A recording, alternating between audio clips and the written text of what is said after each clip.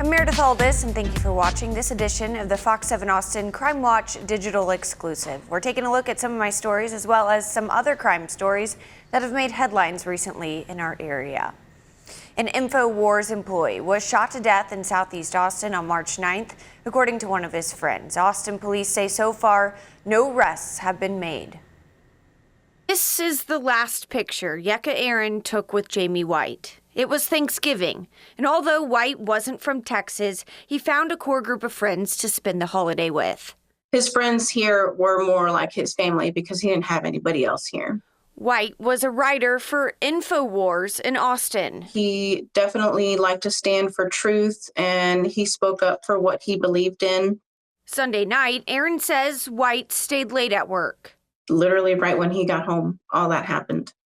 It was a little before midnight. White was home at the Chandelier Apartments off Douglas Street. Austin police say people were possibly burglarizing White's vehicle. White interrupted them, and they shot and killed him in the parking lot. Crazy that he's gone just like that. The suspects ran off. And I keep going back and forth between feelings of anger and sadness. That someone could take away someone so close to her. He liked to be silly and be funny, and he liked old school war movies, and he definitely was a unique character for sure. And she says he worked hard. His work was his life. He loved, going to work. He, never slacked off at work. His articles were very well written. That was what he was meant to do. Was to write articles. I really don't think he was targeted because of where he worked. I think he was just targeted because he was right there in the right place in the wrong time. APD statistics show at the complex White lived at, 57 crimes were reported last year, including aggravated assaults, a burglary, and auto thefts. And just this year, APD reports 7 crimes. I do want to take this opportunity to, urge people to be aware of your surroundings no matter where you are. Austin police have arrested a woman accused of killing her paraplegic cousin, who is also a mother. 34-year-old Irene DeMuchest is charged with first-degree murder for the death of 31-year-old Samantha DeMuchest. Police say the suspect called 911 back in June from an apartment on South First near Stastny Lane in South Austin. She told officers the victim took her own life. Police found the cousin holding the victim's daughter and the victim with a gunshot wound to her neck. When taken to the hospital, the victim told police her cousin shot her. She died months later in November from her injuries. Austin police say 2 14-year-olds involved in the shooting of a 17-year-old are now in custody. It happened near Aikens Early College High School. Police tape at Aikens Early College High School. Students and teachers inside. School was in session. While a shooting happened nearby. Campus was under a hold, meaning no one was allowed to enter or leave the building for about an hour and a half. We know that it was a verbal altercation between the victim and the suspect with the gun. Austin Police Detective Brian Petrowski says on Tuesday at around 2:30 in the afternoon, a 14-year-old shot a 17-year-old Aiken student. Austin Travis County EMS medics found a juvenile patient that sustained a single gunshot wound to the back. During transport, the patient was in serious condition, but they were alert and talking and just had potentially life-threatening injuries. Police say 2 14-year-old suspects, one a current Aiken student, the other a former Aiken student, were found within a mile of where the shooting happened. One of the suspects detained was found in possession of a firearm. They were arrested. One is charged with aggravated assault with a deadly weapon, the other charged with unlawful carrying of a weapon. Police say these teenage suspects are known to law enforcement and have a history. All of our campuses, we ask that they're vigilant each day and continue to follow the protocols that we have in place. We feel like the protocols we have in place do ensure or help us to keep our campuses safe. Chief Sneed says they've increased the number of officers on campus. The principal of Aikens says counseling services are available for anyone impacted. Police say a deadly shooting in central Austin stemmed from a road rage incident, and court records show this is not the first time the murder suspect has shot someone. Fox 7 Austin's Katie Pratt has more on what we know about what led up to this fatal shooting. There were several witnesses to Austin's 7th homicide of 2025. It happened off of a busy I-35 in broad daylight around 4 in the afternoon Saturday. 911 received multiple 911 calls in reference to a person being shot near the intersection of Interstate Highway 35, Service Road southbound, and Martin Luther King Boulevard. Investigators believe the suspect and victim were involved in a road rage incident before it ended in the death of Aiden Mares. We always hate to see things like this. From a legal standpoint, this is a really muddy fact pattern. We're told the suspect, Jacob Gonzalez, was driving his gold Chevy Malibu, and Mares was in the back seat of a Jeep SUV at the time. When Gonzalez passed the Jeep, passengers in his sedan threw trash out the window at them. The road rage spanned for several miles until they were both at a stoplight. Mares got out of the Jeep and started walking towards the Malibu. Witnesses say he was shouting, seemed angry, and made hand gestures. This interaction lasted for about 30 seconds before he was shot by Gonzalez. It's illegal to use or exhibit a deadly weapon in Texas to place another person in imminent fear. But when you're talking about road rage, you don't know who you're dealing with in traffic. Police say Mares was unarmed and reportedly never touched the suspect's car. When they arrived, they found him lying in the roadway with a single gunshot wound. Unfortunately, the person, a Hispanic male, adult Hispanic male, was pronounced deceased on scene. Gonzalez stayed on the scene and told police he meant to fire a warning shot and didn't mean for it to be fatal. Now, 21-year-old Jacob Gonzalez is being charged with first-degree murder. But this isn't his first run-in with the law involving a firearm. In June of 2023, Gonzalez was accused of a misdemeanor and 2 felonies for a shootout at a gas station, but they were all dropped or dismissed. He was 19 at the time. A father claims his child was sexually assaulted by a teenager at a child care facility in Lockhart. I spoke to the father, who's been fighting for justice for almost 3 years. He says he now wants to make changes statewide to help keep children safe. Unless you've been through something like this, you don't really know you don't really know what it's like. For about 2.5 years, Karsten Chatlin has been fighting for justice after he received a knock on his door back in 2022. The detective showed up and basically informed us that our daughter had been sexually assaulted.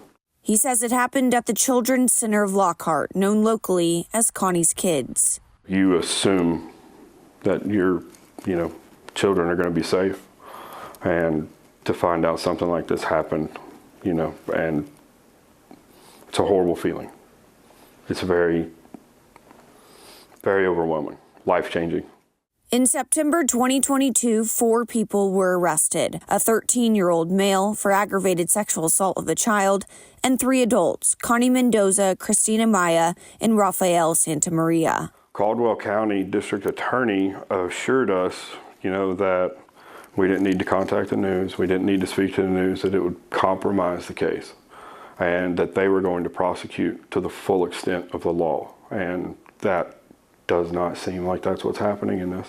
Caldwell County declined to prosecute Santamaria, and Mendoza received 5 years deferred adjudication. Deferred adjudication against crimes against children?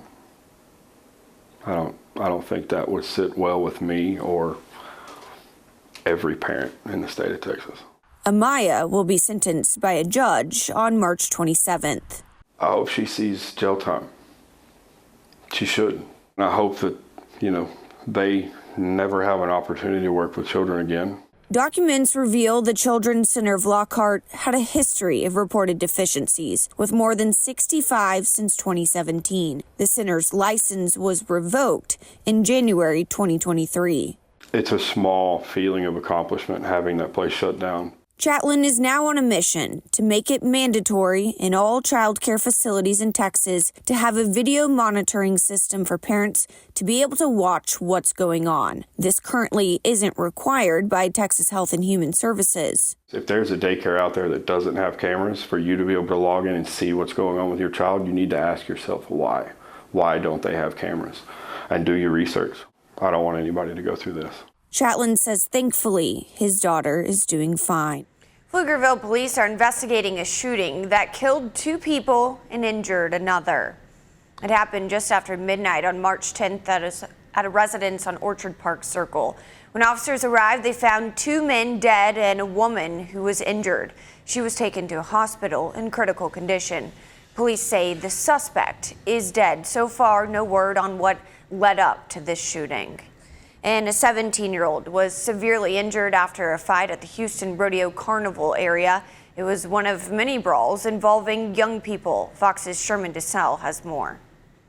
It is hard turning on that social media and looking at my son. Getting his head beat in. Nakia Washington recalls the moment she learned about what happened to her son, Joseph Dugar. Saturday night around 10 p.m. near the carnival grounds of the Houston Rodeo, 17-year-old's mother says he was beaten by several people. We slowed down the short video that catches part of the fight. You can see an unidentified male taking off Dugar's shoes while he's on the ground, not moving. His girlfriend was with him when she said the attack happened. About a minute later, someone came up from behind him, called his name, and then they just hit him. After he hit him, a whole bunch of more boys came and just started hitting on him. Another male is seen kicking Dugar in the face. The teen's currently in the hospital recovering from severe head trauma. Just replaying it, like thinking about it, and having to sit there and watch him. No arrests were made.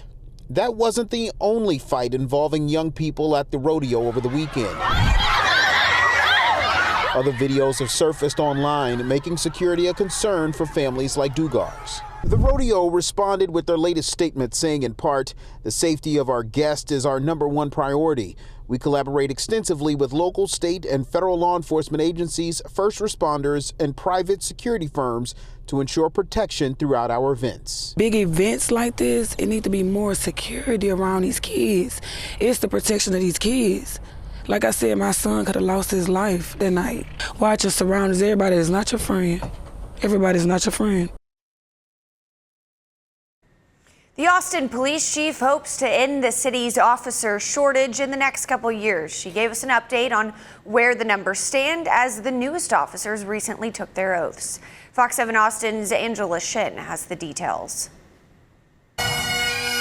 29 cadets will soon be hitting the streets as Austin police officers. I want to serve the community on their most challenging days. I grew up in this community, and as well as I'm raising children in this community, so I wanted a way to give back. And there's probably not a better job out there than to be a police officer, helping people, driving fast, just the thrill. The department is still short 340 officers, but Police Chief Lisa Davis says they're on track to get better since the city signed a 5-year contract with the police union last October. It's about knowing these are the next 5 years. This is what our raises are going to look like. This is what I can plan on. So I think it's important for the officers that are here, but it's also important for the officers that are coming in. She notes a 164% increase in recruitment. That's people coming in, signing up to take the written test, the physical agility test to get through. The next class, starting in April, has about 100 eligible cadets. Those numbers may dwindle down, but I feel very optimistic to come from classes with 30 to 50 officers to going up to a class with 100. With the department putting out 3 classes a year, Davis hopes the officer shortage will be gone in a couple of years. I think within a year and a half, 2 years, we should be stabilized on where we are with our numbers. And so I feel very optimistic about this. She also hopes to end backfill, where detectives are working patrol shifts. The goal is, if we can get our recruiting efforts up and we're continuing to put these classes out, my goal is to be done with backfill by the end of the year. As for South by Southwest, many officers have signed up to work time and a half. We have the people there to work it, so it is a well-oiled machine.